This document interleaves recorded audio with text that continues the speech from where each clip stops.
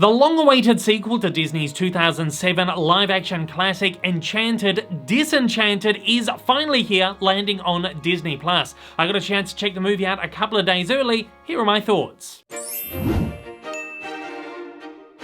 It's been more than 10 years since Giselle and Robert wed, but Giselle has grown disillusioned with life in the city, so they move their growing family to the sleepy suburban community of Monroeville in search of a more fairy tale life. Unfortunately, it isn't the quick fix she had hoped for. Frustrated that her happily ever after hasn't been so easy to find, she turns to the magic of Andalasia for help, accidentally transforming the entire town into a real-life fairy tale and placing her family's future happiness in jeopardy. It has been a long 15-year wait for the sequel to Enchanted. I feel like this is kind of the common theme with these Disney Plus live-action sequels. This streaming service has finally given these movies, these properties, a second life that they may never have had on the big screen. I mean, the original movie is very, very good. It is a movie that I think I've revisited maybe 2 or 3 times and really enjoy it every single time. And it's a movie that has always deserved a sequel, but it's also a movie that is very cult in its nature. It's not one that did incredibly well at the box office. It got pretty good reviews on first release. It has developed its own kind of big community of fans. A sequel I don't think would have really done very well at the box office, particularly 15 years after. But thanks to Disney Plus, we are getting the sequel to this movie finally, which has been kind of bubbling away in the background for the last number of years. They've been wanting to get this one off the ground for a while, and again, I guess Disney Plus finally gave them the opportunity to do so. Now, this is a pretty competent sequel to the first movie. Whether it's one that is worth the wait is probably something I'll leave to like the super fans to decide, but this is a movie that I had quite a bit of fun with. Of course, all the original cast members are back here, and it's so much fun to see them return to their original roles after so much time, and you can tell that they are all just having an absolute blast being back here, being back in this world, portraying these characters again. Chief amongst them, of course, is Amy Adams, who has really been pushing to get this movie up and off the ground for so long, and it is so amazing to see her embody Giselle once again. Amy Adams is one of my favorites. I don't think she does a lot of these really great, just fun, effervescent movies a lot. A lot of the stuff she does is really heavy, dramatic stuff. So it is fun to see her return to this kind of bright and bubbly, joyful, energetic character. And she really does bring that kind of eccentric performance back to it. And she is so much fun to watch. She is just seems so happy the whole time. Not just in her character, but I think just her personally is just having so much fun playing Giselle again. And it really kind of radiates through the performance and off the screen. And even if this movie sucked, which it didn't, I would have just had an absolute blast sitting here watching Amy Adams do her thing for 2 hours, because she's great. Idina Menzel is really wonderful here as well. Of course, she was in the first movie, but when this came out 15 years ago, she certainly wasn't the Disney legend that she is now. She wasn't really as well known outside of musical theatre circles. But of course, this was a few years before Frozen, before she, so it is interesting to kind of see her return to this role with this gravitas that she now does have as a Disney legend. I think it's kind of interesting kind of juxtaposition between the original movie, that she was just such a smaller character and a lesser known actress or performer at the time, particularly when we're talking movies, to now to see how she commands the screen in all the scenes that she is in. I think it's just really, really great. Maya Rudolph is in here as the villain. She essentially takes on the kind of, maleficent, evil queen kind of role in this, and she's a lot of fun too. She doesn't deliver as much comedy as you maybe would have thought, particularly, with such a comedic actress that she is and all the characters she embodies. Of course, it's not a really serious role. It is a lot of fun as well, and you can tell she's having so much fun here, but it's not as funny as you kind of expected it would be. And I think that's really great too, because she, kind of gets to bend her acting chops a little bit in this one. I think it's a lot of fun. The music in this is so great. Of course, Alan Menken and Stephen Schwartz have returned to do the music for this, and it is just so gorgeous. You all know, particularly when it comes to Disney, I'm really on and off about the music. It just has to hit that right note for me for me to really fall in love with it, and I think it really did the job here. I think Alan Menken, you cannot top a Menken score when it comes to Disney. Just feels so nostalgic. It feels like the movies that I grew up watching, you know, the Renaissance films from the 1980s and 1990s, Little Mermaid, Beauty and the Beast, Aladdin, you know, those films. It just feels he has not lost the spark. Stephen Schwartz is a really great lyricist. Of course, he has collaborated with Menken a lot in the past. He worked on the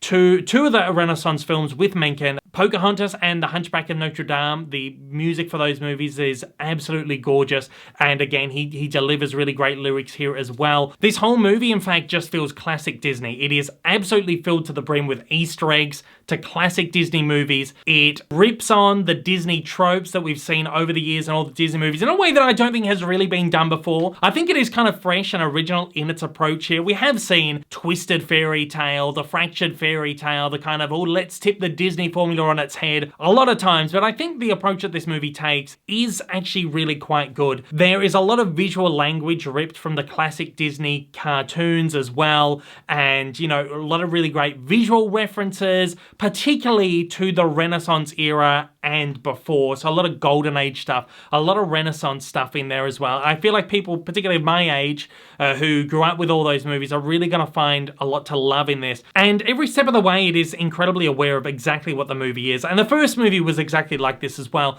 So that has translated over into this one right here. But again, I think it does it in a really kind of fresh and interesting way. Another thing I really loved about this is we've got some really great traditionally animated sequences, just as we did in the original movie. Unfortunately, because this is a Disney Plus thing, and I guess the budget isn't as high as it would have been if this went theatrically, the animation here hasn't been handled by the Walt Disney Animation Studio. It's been handled by some third-party Canadian studio, but it still looks very, very good. It looks beautiful. It left me a little bit depressed, wishing that we got more stuff like this from Disney. I know the animation wasn't handled by Disney again, but it just feels so Disney in its core, and it makes me so sad that Disney have just completely dipped out of theatrical traditional animation. I feel like it's the time where people are now craving that kind of thing, and I think maybe with Disney Plus, it's time to start experimenting. We are seeing so many experiments on Disney Plus. As I said at the beginning of this, movies like Disenchanted, Hocus Pocus 2 would not have a life if it was not for Disney Plus. I think Disney Plus is the great training ground for Walt Disney Animation to get back into traditional animation for these movies and maybe try a few things and see how audiences react to it. I know we have got the Tiana series coming up soon, which I believe is going to be traditionally animated. That's from Walt Disney Animation Studios.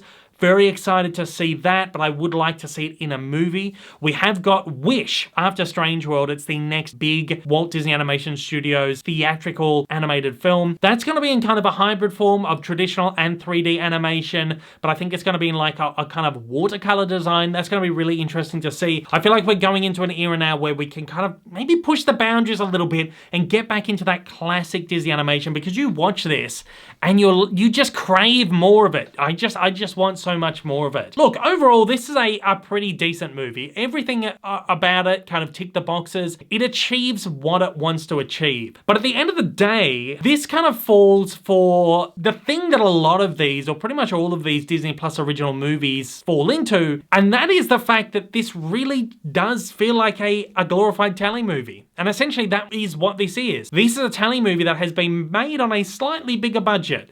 It's been made on a slightly bigger budget than a Disney Channel original movie, but a substantially lower budget than one of Disney's live-action theatrical features.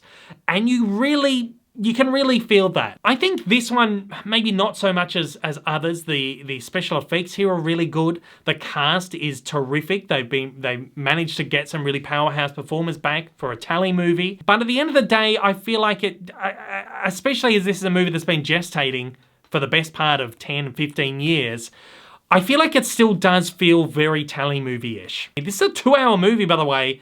It's too long. It's far too long for something like this. Should be like capped out at about an hour and a half, an hour and 45 minutes or something, get it a little bit tighter and a little bit more clean, and I think you would have had something that was very, very, very special here. And at the end of the day, I think this does work for fans of the original movie, and I think fans of that original movie are really going to like this. I don't think you're going to love it as much as the original. I certainly don't think it is as good as the original, but I still think you're going to like this. And again, I'm not going to say whether this was worth the 15-year wait, because I'm not a diehard fan of this movie, but yeah, I think it does a very competent job of following up from that movie. And as someone who has, again, watched the original movie quite a few times and really enjoyed it, I think this one lives up to it. And I think this one did it justice, which at the end of the day is pretty much all that matters. So at that, I will be giving Disenchanted a 3 out of 5. Once again, Disenchanted is available to view on Disney Plus right now, and I'd love to hear your thoughts on it if you've seen it. If you haven't seen it just yet, I want to know, what are your expectations like?